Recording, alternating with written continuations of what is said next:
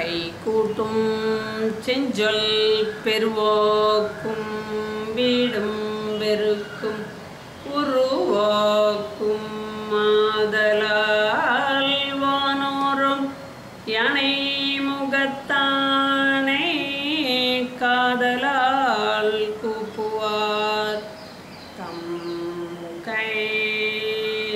துன்பமதை துளைத்தருளும் குருவே போற்றி. தர்மபுரம் ஆதீனம் அவர்களுக்கும் எல்லா சுவாமிகளுக்கும் எஜமானர் சுவாமிக்கும் எனது தந்தை ஏஎன்கே நல்லபுரந்தப்ப சுவாமி அவர்களுக்கும் எனது இதயபூர்வமான வணக்கத்தை தெரிவித்து கொண்டு, வாக்கிய பஞ்சாங்கன்றது புதுக்கோட்டை பஞ்சாங்கம், ஸ்ரீரங்கம் பாம்பு பஞ்சாங்கம், திருநெல்வேலி பஞ்சாங்கம், யாழ்ப்பாண பஞ்சாங்கம், கேரளா பஞ்சாங்கம், இவையெல்லாம் வாக்கிய பஞ்சாங்கம். இந்த வாக்கிய பஞ்சாங்கம் மேருமலைக்கு தெற்கே இருக்கக்கூடிய சூரிய சித்தாந்தத்தை பாஸ்கர பட்டாச்சாரியார் 1, பாஸ்கர பட்டாச்சாரியார் 2 அவங்க மகன் இப்படின்றவங்களால் திருவள்ளூரில் இருக்கக்கூடிய வீரராகவ பெருமாள் கோயில் ஒரு ரிசர்ச் இன்ஸ்டியூட்டாக 6ஆம் நூற்றாண்டில் இருந்து அது அந்த பஞ்சாங்கத்தை காது கரணபூஷணம் அப்படின்னு சொல்லக்கூடிய குரு சொல்ல சிஷ்யன் மனப்பாடமாக எடுத்துப்பார். சிஷ்யன் அடுத்து வர்ற தலைமுறைகளுக்கு சொல்லிக் கொடுப்பார்.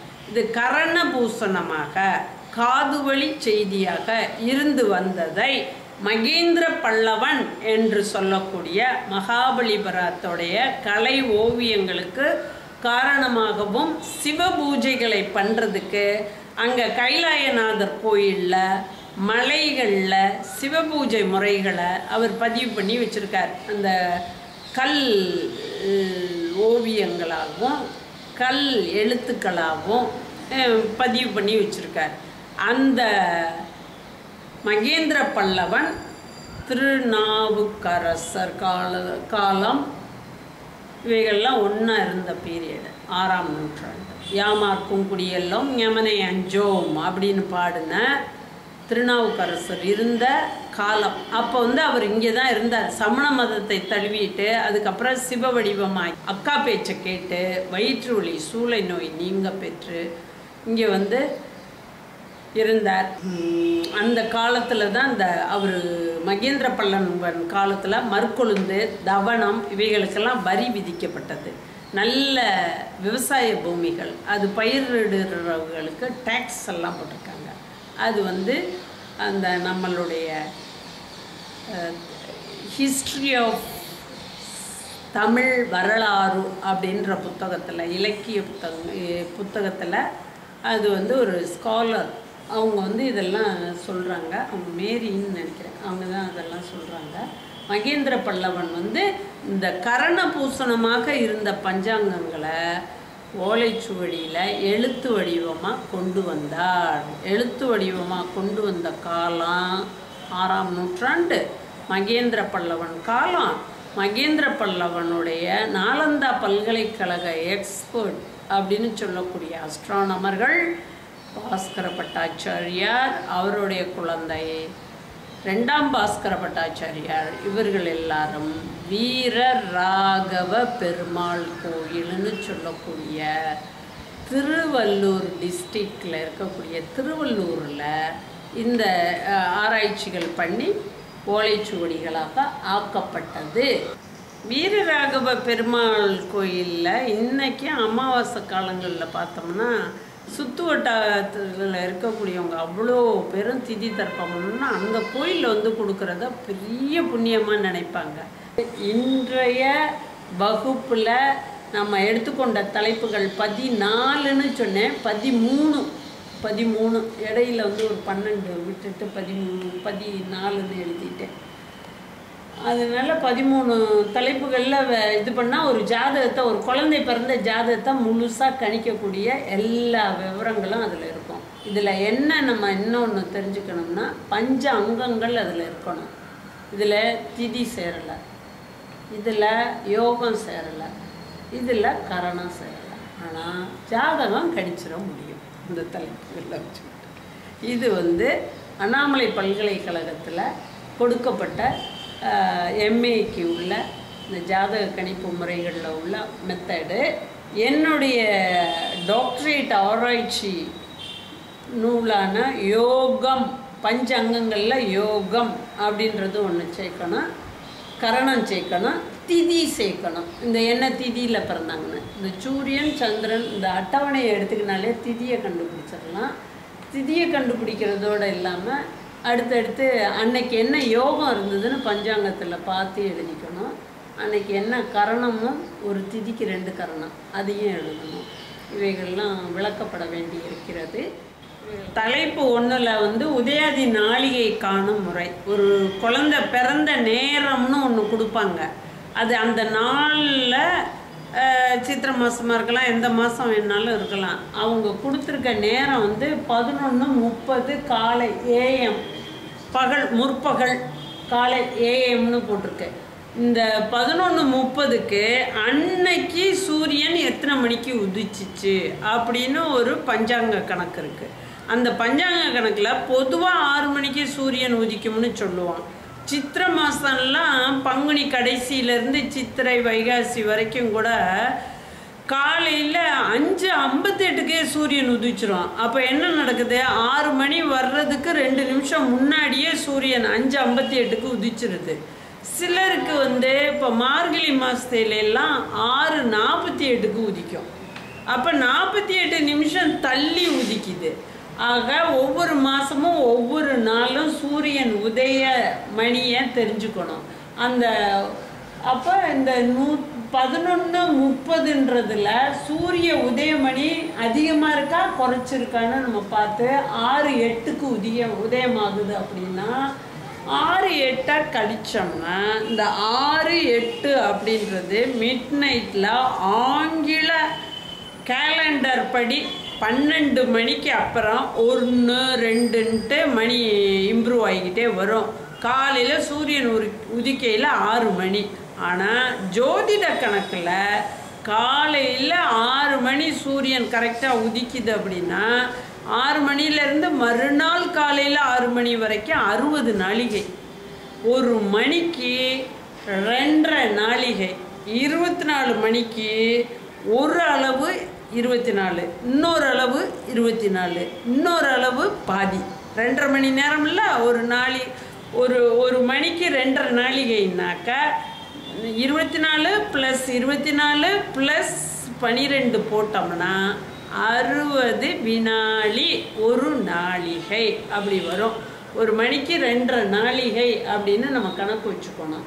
அதுதான் கணக்கு. நாளிகைக்கும் மணிக்கும் கணக்கு என்னென்னா, மணி 1 மணியாக இருந்தால் நாளிகை 2.5 நாளிகை.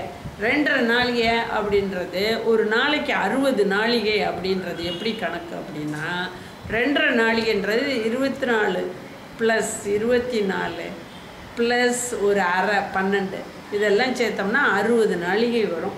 அந்த 60 நாளிகை கணக்கு தான் இந்த மணியையும் இதுவையும் டிஃப்ரென்ஸு. மணியிலேருந்து கன்வெர்ட் பண்ணணும் நாளிகைக்கு அப்படின்னா, ஏன் நாளிகைக்கு கன்வெர்ட் பண்ணணும்? பஞ்சாங்கத்தில் எல்லாமே நாளிகையில் தான் இருக்குது. நட்சத்திரத்துடைய ஆதியந்தம் பரம நாளிகை, அப்புறம் சூரியன் எத்தனை நாளிகைக்கு சேஞ்ச் பண்ணிக்கிறார், அதே போல் சந்திரன் எத்தனை நாளிகை வரைக்கும் இருக்கார் இன்னைக்கு இந்த நட்சத்திரத்தில் அப்படின்றதெல்லாம் நாளிகை கணக்கில் இருக்கிறதுனால நம்ம கடிகார மணி வெஸ்டர்ன் ஸ்டைல் படி, ஆங்கிலேயர்கள் முறைப்படி, கேலண்டர் முறைப்படி நைட்டு 12 மணிக்கு தேதி மாறிடுது.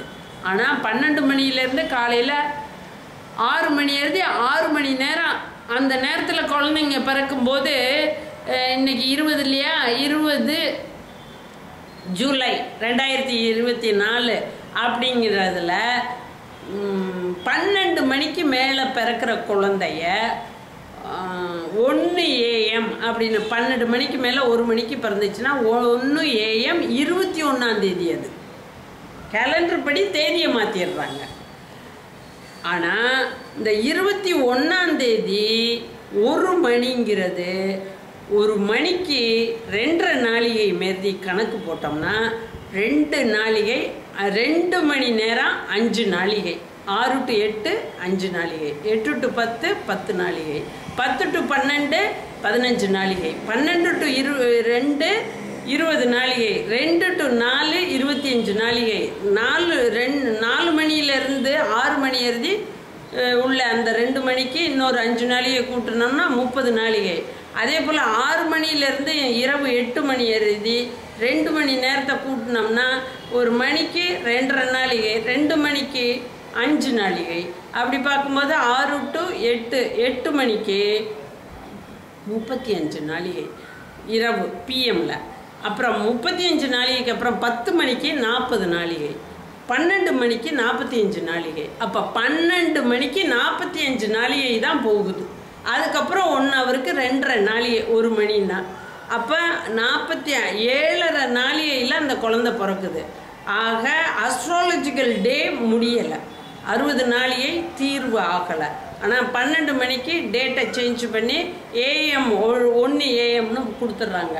அதுபோல் அந்த 6 மணி நேரத்தில் 12லேருந்து காலையில் 6 மணிக்குள்ளே எந்த குழந்தை பிறந்தாலும் தீர்க்கமாக அவங்கக்கிட்ட கேட்கணும், வெள்ளிக்கிழமை இரவு பிறந்துச்சா, அப்புறம் நைட்டு 12 மணிக்கு மேலே பிறந்துச்சா, 20ஆம் தேதி இரவேவா, 20ஆம் தேதியேவா, 20ஆம் தேதினா 19ஆம் தேதி நைட்டு பிறந்திருந்தா 20ஆம் தேதி, இது 20ஆம் தேதியே பிறந்தது அப்படின்னு சொன்னால் நாளிகைப்படி நமக்கு 21ஆம் தேதி 1 AM,